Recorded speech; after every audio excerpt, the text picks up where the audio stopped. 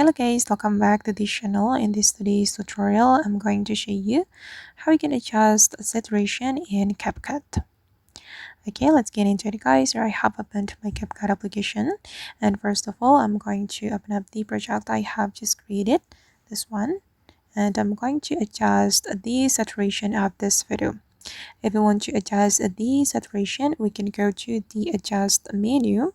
You can scroll all the way to the right around here and find the adjust menu and go to the saturation.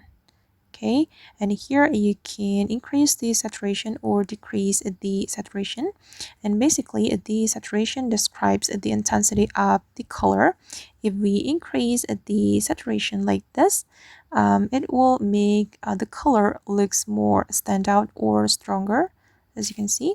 And if we decrease it, our photo or video will look more pale like this. And I'm just going to increase the saturation, okay, and click on the check mark, and now it's done. Alright guys, so that's all the way to adjust saturation in CapCut. I hope this tutorial will be useful for you. Thank you so much for watching, and if you found this tutorial useful, don't forget to hit the like button, leave your comments, and also subscribe to this channel. Bye!